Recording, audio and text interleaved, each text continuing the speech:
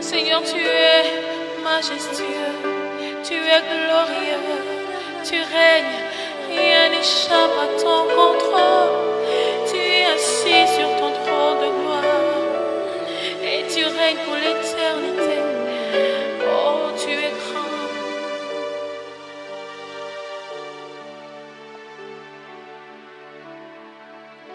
Il y a un nom au-dessus de tous les noms. C'est le nom de Jésus. La puissance est dans le nom de Jésus. La guérison est dans le nom de Jésus. Quel que soit l'état de ton cœur, quelle que soit la méchanceté qui prédomine dans ta vie, viens à Jésus. La puissance est dans son nom. Le pardon se trouve dans le nom de Jésus. Il est capable de restaurer ta vie. Même si tu es déjà atteint du coronavirus, là où tu es, le nom de Jésus est capable de te guérir. Invoque seulement le nom de Jésus et tu seras guéri. Il y a un nom au-dessus de tous les noms. Au-dessus de tous les noms. Rien n'échappe à son contrôle. Il est bon, il est merveilleux. Je connais ce nom. De joie, il m'a fait don. Il est celui capable de te guérir, capable de te restaurer. Encore, il y a un nom, il y a un nom. Je ne sais pas sur qui tu as basé ta foi, mais le nom de Jésus est au-dessus de tous les noms. Je connais ce nom. De joie, il m'a fait don. Si je le chante, telle en est la raison. De la force, de la force. Dans le nom de Jésus. Alléluia. De l'espoir dans le nom de Jésus. De la puissance dans le nom de Jésus. Si je le chante, si je l'adore, telle en est la raison. Encore de la force dans le nom de l'espoir, dans le nom de Jésus. De la puissance dans le nom de Jésus. Si je le chante, si je le chante, telle en est la raison. Là où tu es, dis de la force dans le nom de Jésus, de l'espoir dans le nom de la puissance dans le nom de Jésus. Si je le chante, elle en est la raison.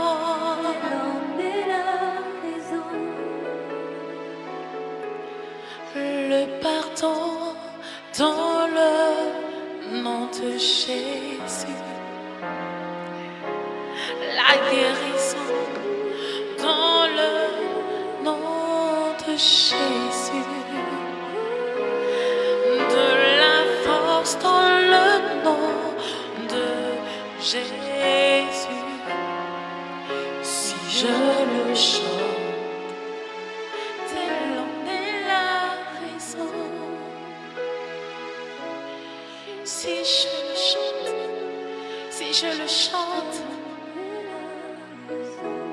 si je le prêche, parce qu'il y a de la puissance dans le nom de Jésus. Si je proclame proclame son nom, si je le chante, tel en est la raison. Si je le prêche, si je le chante, si je proclame le nom de Jésus, c'est parce qu'il est puissant, il est capable de changer les cœurs. Si je le chante, tel en est la raison. Si je le chante, si tu invoques le nom de Jésus là où tu es, tel en est la raison.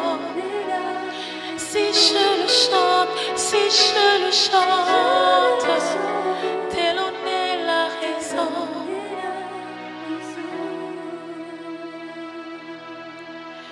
De la force dans le nom de Jésus,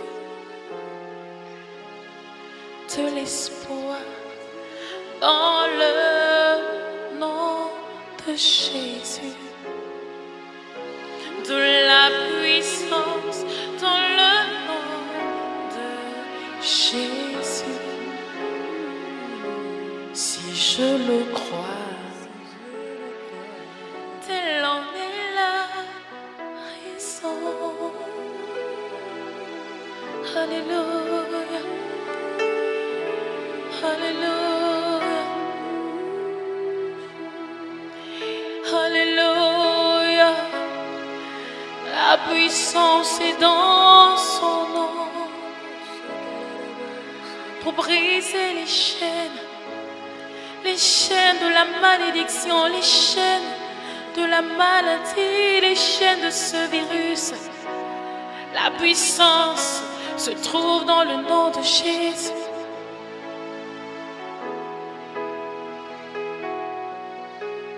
Alléluia.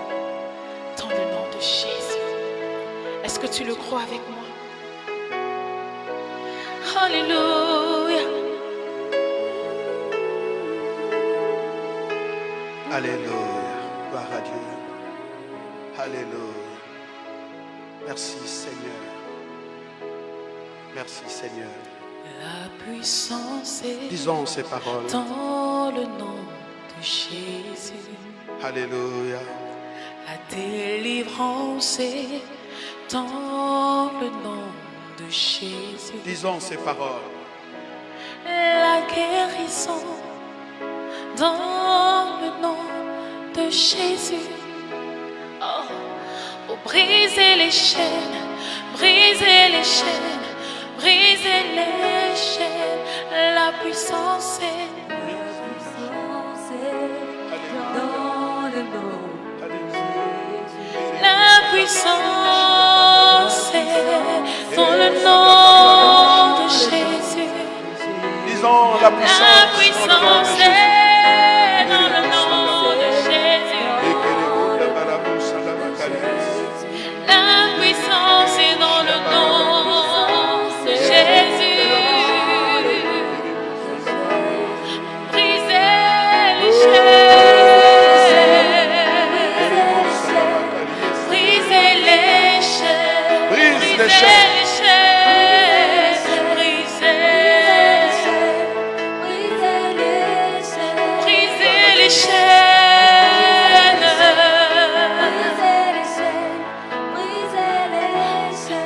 Notre Dieu, les chaînes. nous voulons te dire merci encore pour les chaînes que tu brises, pour la puissance qui réside dans le nom de Jésus-Christ, pour la grâce que tu nous fais, pour des milliers de personnes qui nous suivent, que tu bénis, Seigneur, pour ta protection, la protection dans cette nation, au nom de Jésus-Christ de Nazareth. Amen.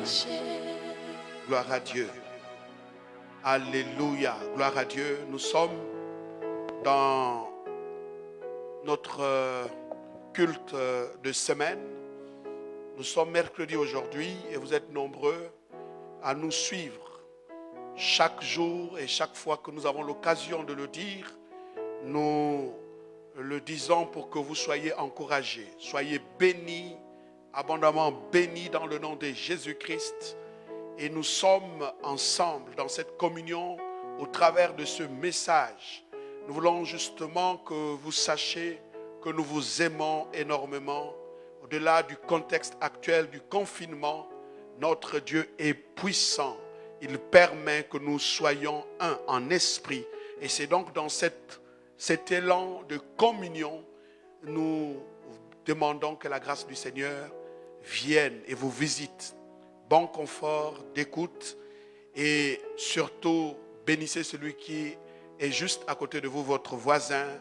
Essayez de sourire et trouver l'occasion de dire une bonne parole à votre voisin qui est juste à droite ou à gauche. Je ne sais pas depuis quel endroit vous nous suivez, mais vraiment, soyez bénis. Dieu est un Dieu de bonté. Dieu est un Dieu grand. Dieu est bon, il est grand. Et nous voulons poursuivre notre thème sur l'avènement du Seigneur Jésus. Mais depuis pratiquement quelques jours, nous abordons la question sur les signes qui sont attachés à son avènement. Le premier signe, nous l'avons vu, c'est la multiplication des prophètes.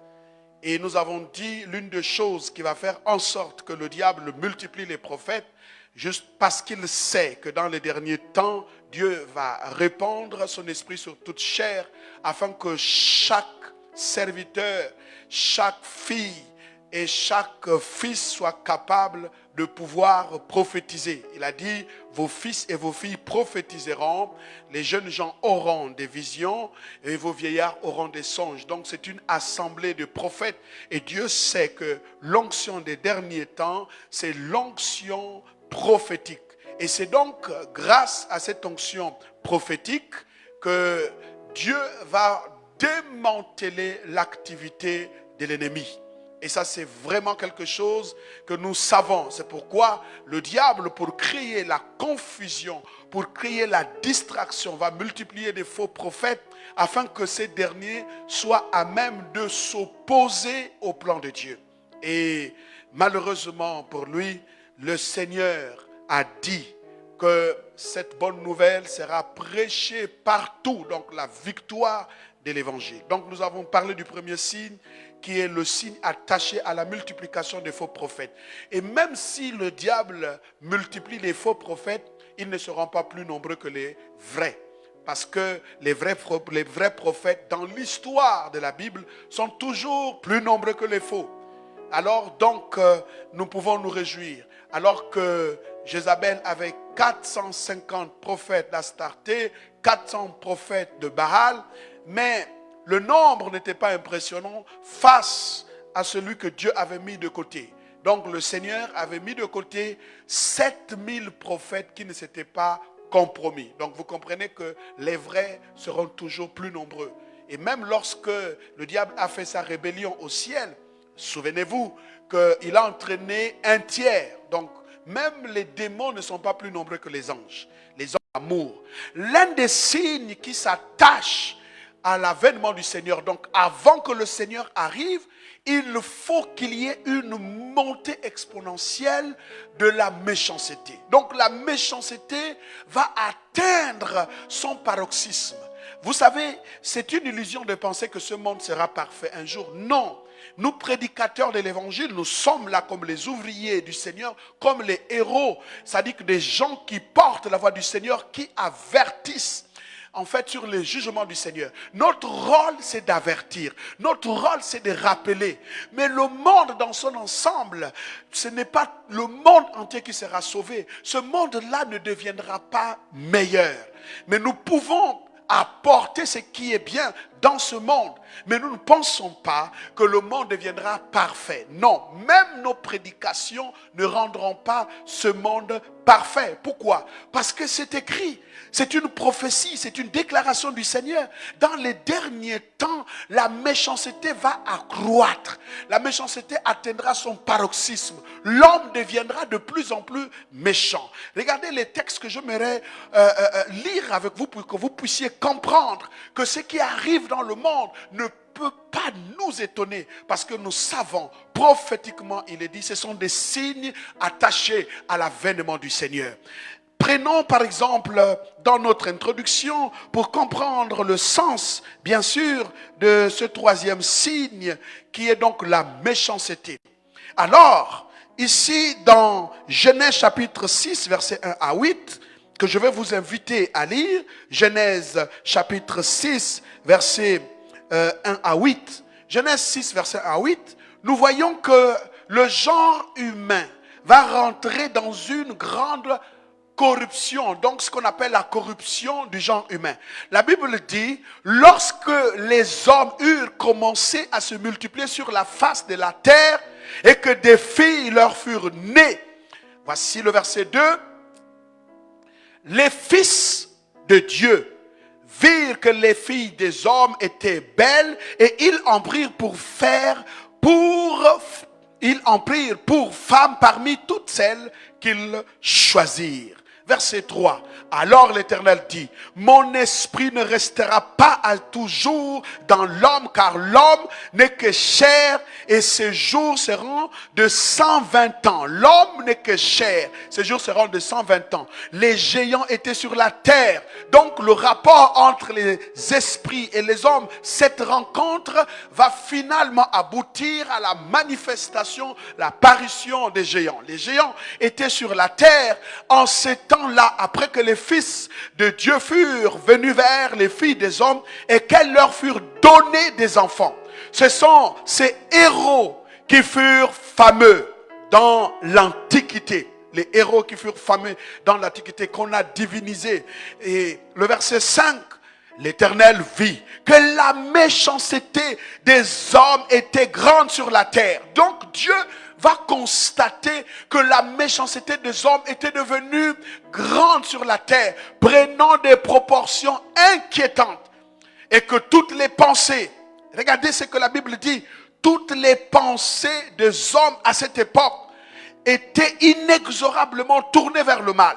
Il dit, les hommes, la méchanceté des hommes était grande sur la terre et que toutes les pensées de leur cœur, c'est les pensées des cœurs, les cœurs non régénérés, se portaient chaque jour uniquement vers le mal. Quand on dit uniquement vers le mal, il n'y avait même pas possibilité d'un autre choix. C'était le choix unique, c'est-à-dire le mal. Nous en sommes presque là, où les pensées des hommes, si les hommes ne font pas attention, leurs pensées vont se diriger chaque jour uniquement, sans un autre choix, vers le mal. Quand vous regardez un peu ce qui se passe dans la plupart de nos pays, que ce soit des pays africains, que ce soit en Occident, c'est de la pure méchanceté. Les pensées du cœur de l'homme ne pensent que méchanceté, malice. Et c'est ce qui arrive. Alors, la Bible dit, l'Éternel se repentit d'avoir fait l'homme sur la terre. Vous voyez, il y a des jugements qui arrivent parce que Dieu regrette d'avoir fait l'homme sur la terre à cause de la méchanceté. Dieu n'a pas créé le mal. Le mal est un accident de parcours. Dieu est bon, dit la Bible, et le mal n'habite pas en lui. Donc celui qui est le mauvais, c'est le diable, c'est Satan qui est le mauvais. Alors c'est lui qui a introduit ce qu'on appelle le mal dans le monde. Et nous verrons cela. L'Éternel se repentit d'avoir fait l'homme sur la terre. Et il fut affligé en son cœur, comme pour montrer que Dieu ne souhaite pas, ne veut même pas voir le mal. Il n'aime pas le mal parce qu'il est affligé quand il y a la méchanceté. Alors vous savez, quand Dieu est affligé, quand il y a la méchanceté, il prend des mesures. En tant que roi de l'univers, créateur du ciel et de la terre, il prend les mesures pour épurer, pour nettoyer, pour purifier la terre. Alors il prend un certain nombre de mesures afin de freiner la proportion du mal. Et l'Éternel dit, j'exterminerai de la face de la terre l'homme que j'ai créé. Depuis l'homme jusqu'au bétail, aux reptiles et aux oiseaux du ciel, car je me repens de les avoir faits. Donc vous comprenez que ce n'est pas quelque chose qui nous surprend. L'épidémie coronavirus, scientifiquement on peut démontrer que c'est un virus. Mais je vous ai dit dans les messages précédents, spirituellement aussi, nous l'avons démontré que ce sont des esprits qui peuvent être derrière. Nous ne sommes pas là pour voir les esprits partout. Mais si nous prenons un ensemble de textes comme nous l'avons lu, à l'époque de David, c'était l'ange de l'Éternel qui était en train d'exterminer. Mais ce qui était manifeste, c'était, comment est-ce qu'on appelle, l'épidémie qu'on appelle la peste. Dans le livre d'Apocalypse et dans plusieurs livres dans la Bible, certaines épidémies, derrière, c'était des esprits. Dieu envoie certaines épidémies comme des jugements pour attirer l'attention de l'homme afin de changer ses voies. Et nous voyons ici, il ne pouvait plus, écoutez-moi bien, supporter le mal, la méchanceté de l'homme. Et là, il dit, je veux exterminer l'homme, toute la race humaine. Je vais exterminer sur la face de la terre, même les animaux que j'ai créés. Dieu prend la résolution. Et la Bible dit au verset 8, Noé trouva grâce aux yeux de l'Éternel. Mais Noé trouva grâce aux yeux de l'Éternel.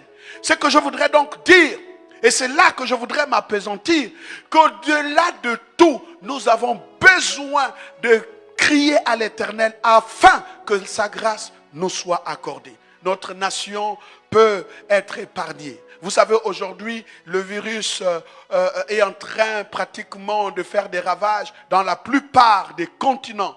Et ce n'est pas simplement en Europe, partout dans la plupart des continents, le virus est en train de faire en ce moment-là des ravages. Donc chaque nation, c'était un avertissement. Si c'était un virus qui était, comment dirais-je, manifeste dans une nation, on pourra dire que c'est le péché uniquement lié à cette nation.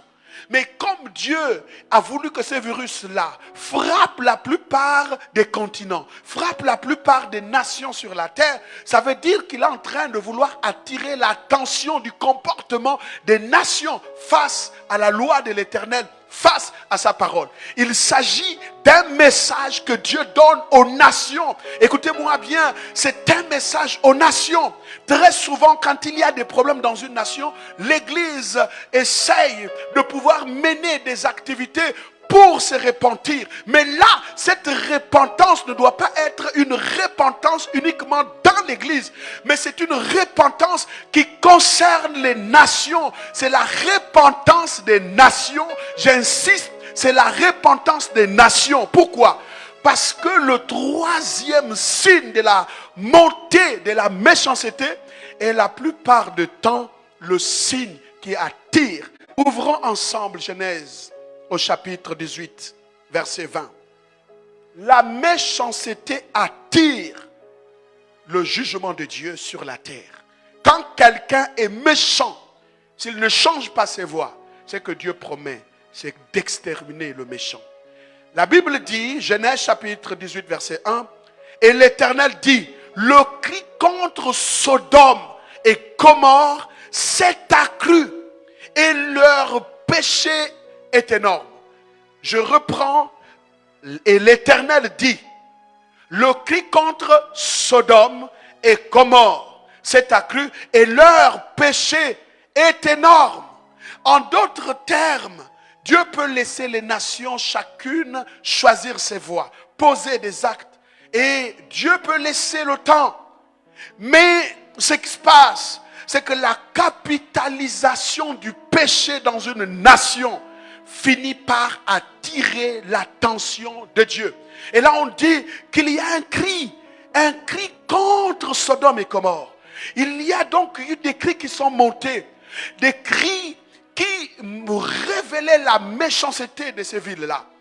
Il y avait de la dépravation, Il y avait la dépravation des mœurs, la méchanceté, la cruauté, le sadisme. Et donc, à chaque fois que ces villes-là étaient en train de poser ces actes capitalisaient le niveau de méchanceté jusqu'à ce qu'un cri est monté vers Dieu. Dieu dit non, je ne peux plus continuer. En fait, le péché est devenu énorme. Alors, quand le péché a atteint son paroxysme, Dieu passe alors de la situation latente, il passe à l'application. Et donc, Dieu visite les nations, voit comment elles se sont comportées et inflige le jugement en fonction des actions de chaque nation. L'histoire nous dit que Sodome et Gomorrhe ont été sévèrement jugés.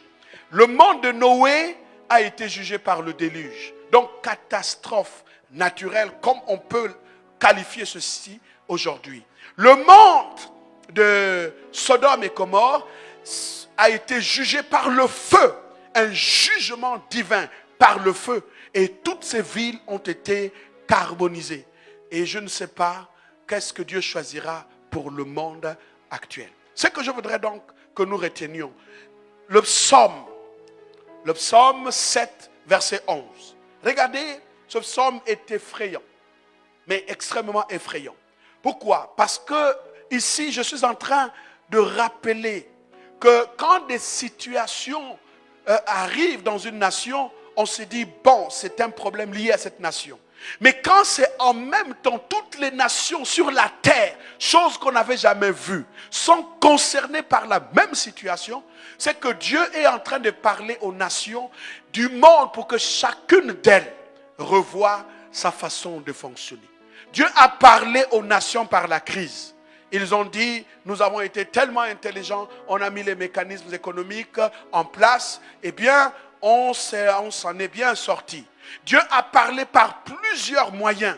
Et cette fois-ci, Dieu parle par cette épidémie du coronavirus, quelle que soit son origine, qu'il soit un patrimoine de laboratoire ou non, quelle que soit son origine, quel que soit ce qu'ils ont mis en place, ou quelle que soit la façon à laquelle ce virus fait son apparition, une chose est vraie, c'est quelque chose qui attaque la plupart des nations. Et nous sommes encore venus pour parler comme des prophètes, des porte-paroles de Dieu, afin que chacune des nations de la terre prenne conscience. Je bénis Dieu pour les Américains qui comprennent que malgré toute leur technologie, ils ont besoin de crier à Dieu en instituant une prière nationale, une repentance, une façon de pouvoir crier à Dieu. Je bénis Dieu pour d'autres nations qui emboîtent le pas. Aujourd'hui, moi je parle à ceux de ma nation qu'on ne peut pas se taire. Il faut que tous s'intéressent pour dire c'est l'occasion d'ailleurs de parler d'une même voix et d'appeler Dieu à nous faire miséricorde. La Bible dit Noé trouva grâce aux yeux de l'Éternel. Je prie que tu trouves grâce aux yeux de l'Éternel. Je prie que le Gabon trouve grâce aux yeux de l'Éternel. Je prie que l'Afrique trouve grâce aux yeux de l'Éternel et que par devers tout le monde entier, partout où les gens vivent la peur, trouve grâce aux yeux de l'Éternel. Le psaume 7, verset 11 me dit, Dieu est un juge. Toi qui m'écoutes, sache-le que Dieu est un juge. Un juge a pour fonction de juger, d'établir la justice, de faire en sorte que le coupable soit trouvé coupable, qu'il soit puni, et que celui qui est innocent soit justifié, qu'il soit épargné. Dieu est un juge. Dieu est un juge. La difficulté que nous avons, Dieu n'est pas juge sur un quartier, non, sur une personne, non. Dieu est le juge de l'univers, le juge de toute la race humaine, le juge de toute la terre. Dieu est juge, dit la Bible. Dieu qui est juge, la Bible dit, Dieu s'irrite en tout temps. C'est effrayant ce passage. On dit Dieu s'irrite en tout temps. Comment quelqu'un va être en colère en tout temps? C'est Dieu. En tout temps, le monde le provoque. En tout temps, les orgueilleux, les arrogants essayent de provoquer la colère de Dieu. Dieu s'irrite En tout temps. Pourquoi? Parce qu'en tout temps, la justice de Dieu est violée par des hommes. En tout temps, le droit est violé. En tout temps, et je dis bien le droit des orphelins, des veuves, de l'étranger, des plus faibles, leurs droits continuellement sont violés. Et en tout temps, Dieu est irrité. Si le méchant ne se convertit pas, il aiguise son glaive et il bande son arc et il vise. Aïe, aïe, aïe, aïe, aïe, aïe, aïe, aïe, aïe, aïe, aïe. Et je crois que vous devrez, c'est effrayant. Écoutez, je suis d'accord avec mes collègues sur toute la planète où les intentions de prière sont données et nous le ferons, nous suivrons. Mais il faut que les collègues comprennent aussi que l'Église n'a fait que ça. L'Église doit continuer à le faire. Nous nous sommes repentis, on se repent. Mais il est temps que les voix s'élèvent pour que l'Église attire l'attention de la plupart de nos nations, ceux qui dirigent les nations, ceux qui dirigent les administrations centrales, les administrations publiques, ceux qui sont dans les tribunaux, partout il y a une once de responsabilité pour dire qu'il y a eu trop de méchanceté et qu'il est tout à fait normal que tous ensemble on puisse comprendre. Ce n'est pas un problème de l'Église, c'est un problème national, c'est une affaire de toute la nation. Nous voulons être épargnés. Oui, quand le coronavirus va venir, et comme il est déjà dans la plupart de nos nations, eh bien, ça ne va pas épargner des gens. Ça va prendre tout le monde. Et si nous sommes Gabonais, c'est des Gabonais. Et c'est dans les familles gabonaises que nous allons pleurer. Donc, la repentance est une affaire nationale. Je dis bien, la repentance est une affaire nationale. Et je vous donnerai les outils. Pourquoi, en tant que prophète, j'insiste sur une repentance nationale. L'Église n'a fait que ça. Nous prions. Nous nous repentons. Nous portons même le fardeau et les péchés de la nation. Mais là, c'est un message que Dieu donne pour toutes les nations. Et après, ce virus, c'est sûr et certain, il va disparaître. Et le langage de Dieu, c'est un langage qui appelle d'abord à l'avertissement. Et quand ça va disparaître, eh bien, sachez bien une chose, il y aura des rebondissements. D'autres situations reviendront. Mais si nous n'avons pas tiré les meilleures leçons, et pour la première situation, ça va être difficile. Alors, je pensais qu'il était important, en découvrant. Écoutez, il dit, si le méchant ne se convertit pas, et là c'est la conversion du méchant. Pourquoi je prêche l'évangile? C'est pour attirer l'attention du méchant. Pourquoi je parle? C'est pour que le méchant puisse découvrir les voies de Dieu. Parce que quand nous prions dans nos églises, quand nous essayons de faire un certain nombre de choses, nous nous repentons dans nos églises. Les méchants continuent à devenir méchants, continuent à faire le mal, ils n'apprennent rien. Alors, ils progressent dans leur mal. Et donc, nous avons tout intérêt de rappeler à la plupart de nos nations, nous rappelons que c'est une repentance qui doit partir du sommet jusqu'à la base et de la base du sommet pour que Dieu puisse s'apaiser. Alors, c'est pour cela, quand je lis ce texte, ça me ferait. On dit que Dieu est en colère en tout temps. Dieu est un juge et il s'irrite en tout temps. C'est le texte qui dit, et qu'est-ce qu'il fait? Et il dit, condition, si le méchant ne se convertit pas, il aiguise son glaive, il bande son arc et il vise. Vous comprenez? Et qu'est-ce qu'il vise? L'arc de l'Éternel. La flèche qu'il vise là, ce n'est pas une flèche entendue comme telle. Ça peut être l'épidémie, ça peut être une guerre, ça peut être une maladie quelconque, ça peut être une autre calamité. Pourquoi? Parce qu'il veut que le méchant change. Troisièmement, au verset 13, il dit, il dirige sur lui les traits meurtriers. Il rend ses flèches brûlantes. C'est Dieu. Tous, vous devrez lire ce passage parce qu'il est en réalité non seulement effrayant, mais aussi c'est un passage qui attire notre attention. Comment définir la méchanceté? Qui déjà prophétiquement, Jésus dit qu'elle devrait accroître. Même si la méchanceté accroît, vous n'êtes pas obligé d'être méchant. Vous n'êtes pas obligé de se reconnaître dans ce mal. la méchanceté, dans sa définition, nous pouvons dire, la méchanceté, c'est le caractère de quelqu'un de méchant. Le caractère de quelqu'un de méchant. L'âme qui est totalement noire. Volonté de nuire, de faire du mal, agir par pure méchanceté. Caractère. Donc la méchanceté, c'est quelqu'un qui a la volonté de nuire. Vous imaginez, il y a des gens qui ne vivent que pour nuire. Nuire aux intérêts des autres, nuire à la vie des autres, nuire à l'avancement de la nation, nuire à la société, nuire aux autres. Ça, c'est de la méchanceté. Or, ces choses, ce sont ces choses-là qui attirent la colère de Dieu.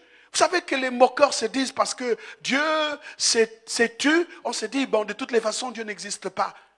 Mais aujourd'hui, quand on voit avec le coronavirus, je pense que les gens devraient apprendre la meilleure des leçons. Même si ce sont des hommes qui ont mis cela. C'est pour vous montrer combien Dieu est grand. Parce que Dieu est plus grand que ta conscience. Dieu est aussi plus grand que le monde entier et ce qu'il renferme. Donc, la méchanceté aussi, c'est le caractère méchant, malveillant d'un acte. Non seulement la méchanceté, c'est le caractère de quelqu'un de méchant, dont la volonté est de nuire à tout prix et de faire du mal, agir par pure méchanceté. Mais aussi, la méchanceté est le caractère méchant, malveillant d'un acte et d'un propos. Vous savez, il y a des gens, quand ils vous parlent, vous pouvez sentir le caractère malveillant de propos qu'ils vous adressent. Parce que le cœur est totalement noir. Et c'est pour cela que ces genres de personnes ne doivent pas exister dans la société. Parce que quand un méchant est quelque part, les gens gémissent. Le méchant n'a pas d'égard, n'a pas d'état d'âme. Ce qu'il fait, c'est ce qui le rend heureux. Il est heureux de voir des gens souffrir. Il est heureux de voir des gens pleurer. Il est heureux, il est content de savoir que tu passes par des malheurs, même quand c'est lui qui est à l'origine.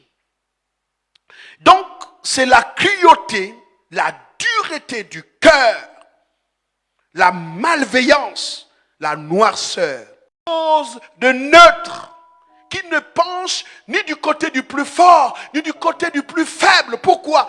Parce que la justice est d'abord l'instrument de Dieu. La justice caractérise la nature de Dieu. Quand elle est mal rendue, c'est Dieu qui est irrité et c'est Dieu qui est affligé. Comment vous imaginez, dans certains pays, nous avons la grâce de voyager et que certaines sociétés qui ont des moyens, alors qu'il y a des gens qui ont travaillé 20 ans, 30 ans, quelqu'un a travaillé, on ferme la société et on n'est pas capable de payer les droits de cet homme-là. Et encouragé par la justice, qui prennent le côté du plus fort parce qu'ils perçoivent quelque chose. On a vu ça dans d'autres nations. Chez nous, ces choses-là ne sont peut-être pas encore arrivées. C'est regrettable. C'est regrettable de voir que des sociétés pétrolières, des chefs d'entreprise qui ont des moyens, qui ne sont pas capables de payer les droits des travailleurs, des gens qui ont investi leur vie il y a des années, qui sont des chefs de famille, qui ont des enfants, et quand ils vont au tribunal, une instance qui est censée être neutre, quand le droit est rendu, c'est en faveur de celui qui est coupable. Ce n'est pas normal, ce n'est pas juste. Voici des choses qui attirent la colère de Dieu. Nous devons changer. C'est une responsabilité historique pour l'honneur et pour l'histoire. Des hommes du tribunal, des hommes de justice doivent savoir qu'ils sont serviteurs de Dieu parce qu'ils servent la justice. Voici des endroits où, dans certains pays, il suffit d'avoir de l'argent. Voyez vous-même, on nous parle de la Cour pénale internationale. Vous savez bien que c'est tout un mensonge. Quels sont ceux qui ont été convoqués et qui sont condamnés pour des crimes de guerre? Pas toutefois ceux qui les ont commis. Et ça, c'est la justice internationale. Donc comment vous pensez que le monde, quand des gens veulent rendre la vérité n'est plus rendue. Ça veut dire que le mensonge est plébiscité à la place de la vérité et on s'attend à ce que Dieu rit. C'est pas normal. Et on nous dit, ce sont des gens qui, la plupart, nous ont colonisés, la plupart qui ont écrit des grandes chartes de droits internationaux. Je regrette que le monde entier n'arrive pas à rendre de façon équitable le droit. Pas parce qu'ils ne savent pas que la justice est de quel côté, c'est parce qu'ils ont choisi d'être du côté de l'iniquité. Voici des choses. Je parle à la communauté internationale. Je parle à plusieurs institutions qui sont capables de rendre le droit, de rendre la justice, de pouvoir réhabiliter la vérité. Malheureusement, ce n'est pas le cas. Et vous pensez que Dieu ne peut pas s'irriter. Les actes de justice, un père de famille est jeté en prison parce que quelqu'un a la haine, juste parce qu'il a le pouvoir, il peut le faire. Et il oublie que cet homme a une famille. Il oublie que cet homme a des enfants. Il oublie que cet homme a une carrière. Au nom de son égoïsme, de sa méchanceté, il détruit la vie d'une personne et de toute une génération. C'est la méchanceté. C'est être méchant. Vous pensez que l'église, ok, nous allons faire le deuil, nous allons prier, nous allons nous repentir. Et il y a des méchants qui parcourent la terre, qui sont libres. Il faut que ce message soit parvenu aux méchants pour qu'ils prennent la décision de changer ou non.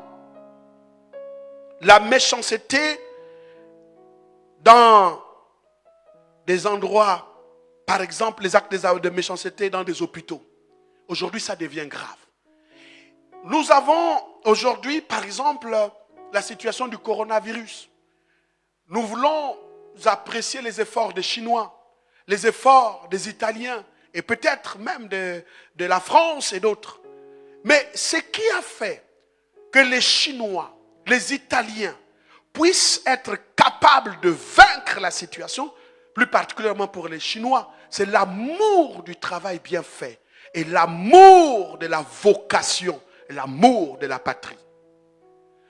Même si aujourd'hui les gens veulent se cacher derrière certaines situations, mais nous sommes conscients combien de parents gabonais ont perdu leurs proches parents, ont perdu leurs membres, un membre de la famille, parce qu'il y a eu une telle négligence à l'hôpital. Comment vous imaginez quelqu'un est souffrant, il est là en train de partir devant vos yeux et qu'il y ait une certaine indifférence affichée par la plupart du personnel de santé.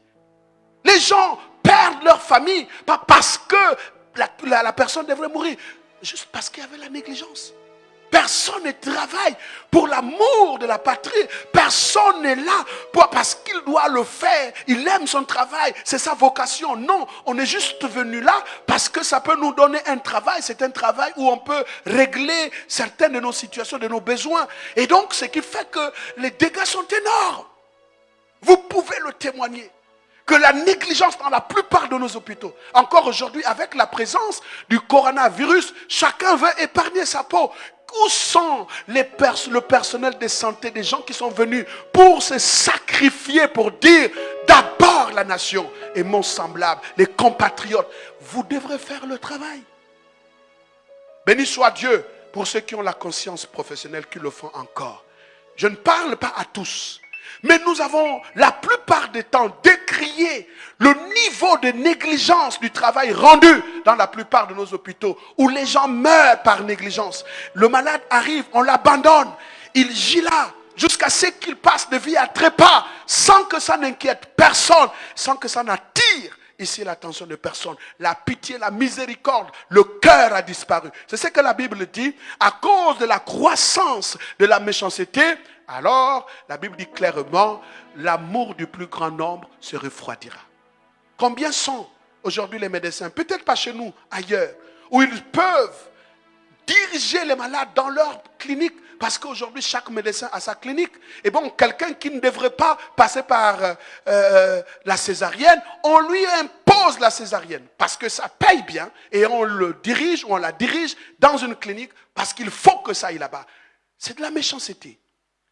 Parce que tout le monde n'a pas de moyens pour payer dans les cliniques. Et Dieu qui voit ces actes-là ne peut pas continuer à se taire. Et vous savez, ce qui est grave avec le méchant, non seulement le méchant attire la foudre de Dieu sur lui, mais aussi le méchant expose sa postérité. Et je voudrais dire, si nous voulons avoir une nation propre et responsable, il faut qu'il y ait des gens qui ont le cœur des choses qu'ils font pour que nous puissions être capables de pouvoir contourner. D'abord, que tu sois chrétien ou pas, Dieu juge le travail que tu fais. Dieu sait que c'est toi qui as prêté serment, n'est-ce pas? Pour les médecins, c'est le serment d'Hippocrate. Et pour les juges, chacun, quand vous prêtez serment là, vous ne le faites pas devant des hommes qui vous regardent, vous le faites devant Dieu, comme un pasteur prête serment devant Dieu, en présence de son assemblée. Il faut qu'on se ressaisisse. Il faut que la méchanceté, alors, soit quelque chose qui n'existera plus. En fait, il faut que le Gabon, les pays africains arrivent à ce qu'on dise méchanceté zéro. Troisième acte de méchanceté, c'est dans des milieux politiques. Voilà encore d'autres milieux. Et c'est ça qui fait en sorte que les choses traînent dans les milieux politiques, la sorcellerie, des complots, de la malveillance. Jamais on n'a pensé pour l'intérêt du plus grand nombre. Mais quand on fait des choses par calcul et que bon, on veut faire juste là pour devenir, eh bien, ce qui fait que le travail que vous-même vous avez choisi de faire, vous avez dit que vous devrez servir la nation, servir la population. Je ne parle pas de ceux qui sont à gauche et de ceux qui sont à droite, je parle de manière générale. Quand nous aurons eu une politique de lumière, une politique où Dieu est au centre, une politique où l'homme est au centre, je vous assure, il y aura moins de méchanceté et il y aura des choses et des stratégies qui seront mises en place que Dieu peut accompagner. Pourquoi? Parce que Dieu cherche un homme qui peut se mettre à la brèche et qui peut avoir le souci du pays, le souci de ses compatriotes, le souci de toutes ces choses. La colère de Dieu vient, mais ça vient sur ce genre de comportement. Là, les actes de méchanceté, également, nous avons, qu'est-ce qui a détruit la plupart des pays africains? Mais c'est la politique internationale. Cette politique internationale qui a bien voulu, en fait, créer des guerres dans la plupart des pays africains pour profiter de leurs richesses.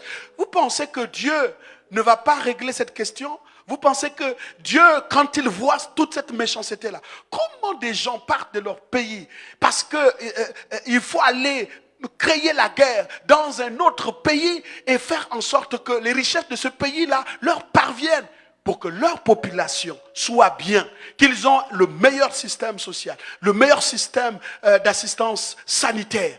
Et qu'on continue. Aujourd'hui, on a le coronavirus, il nous manque même des moyens. On se demande comment on peut faire. Pourquoi? Parce que la plupart de ces pays-là, les Occidentaux, la France et ses alliés ont mis la main et aujourd'hui, on déplore.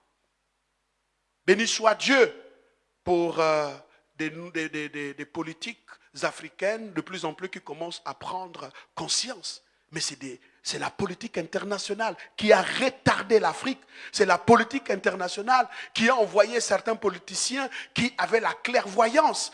Ils ont préféré les enfermer parce que ça arrangeait leurs intérêts. C'est de la méchanceté. Vous savez, nous avons dans la plupart de nos pays africains, voilà, vous avez De Gaulle qui est vu comme un homme, comme un héros. Mais De Gaulle, c'était un méchant. Ce sont eux qui ont mis ce qu'on appelle la politique de la méchanceté contre la plupart des pays africains. Et aujourd'hui, on ne peut plus se soigner tranquillement, on ne peut plus avoir la liberté de faire telle ou telle chose parce que justement, les économies ont subi la méchanceté, la cruauté. Quand je pense à l'histoire du Nigeria, où la France a fabriqué des choses à cause du pétrole, et vous imaginez, créer toute une guerre juste parce qu'il fallait mettre la main. C'est de la méchanceté. Vous savez que les pays les plus faibles, des gens qui n'ont pas de force, leur justice viendra de Dieu. Et quelquefois, vous allez penser que vous avez des guerres. Le temps va arriver où les armes de guerre et toutes ces choses n'auront aucun sens. Parce que Dieu agira. Même pour défendre le faible. Dans des familles, on retrouve également la méchanceté. Des gens de la sorcellerie, on peut tuer quelqu'un pour rien. Et comment nous ne pensons pas que Dieu puisse agir. Alors, il y a tellement de choses à dire. Comment donc faire? Avant de vous parler des causes et des conséquences, la première chose, c'est Daniel chapitre 4, verset 27. Daniel chapitre 4, verset 27. Daniel chapitre 4, verset 27. Comment nous pouvons sortir des conséquences de la méchanceté?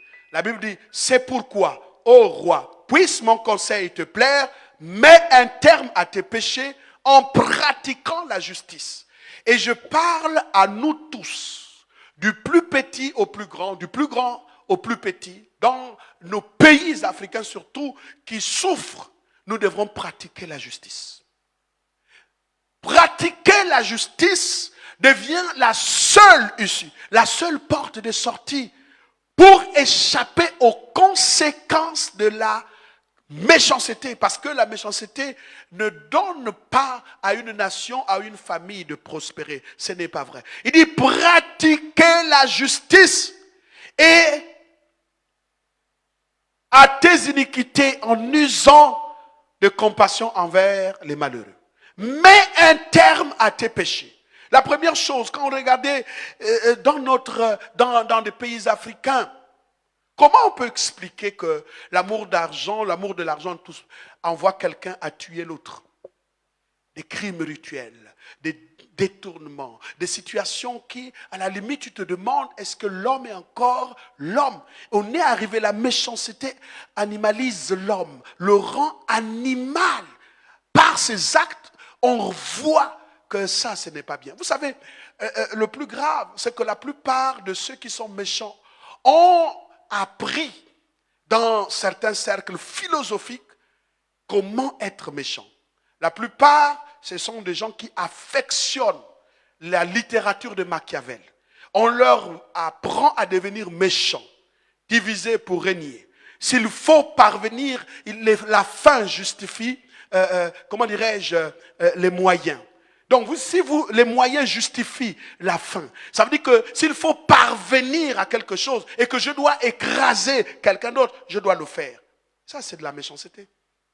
Et ça ne peut pas nous amener quelque part. Donc, la première chose, j'invite tous, chrétiens, non chrétiens, dans nos nations africaines, mettons terme à nos péchés.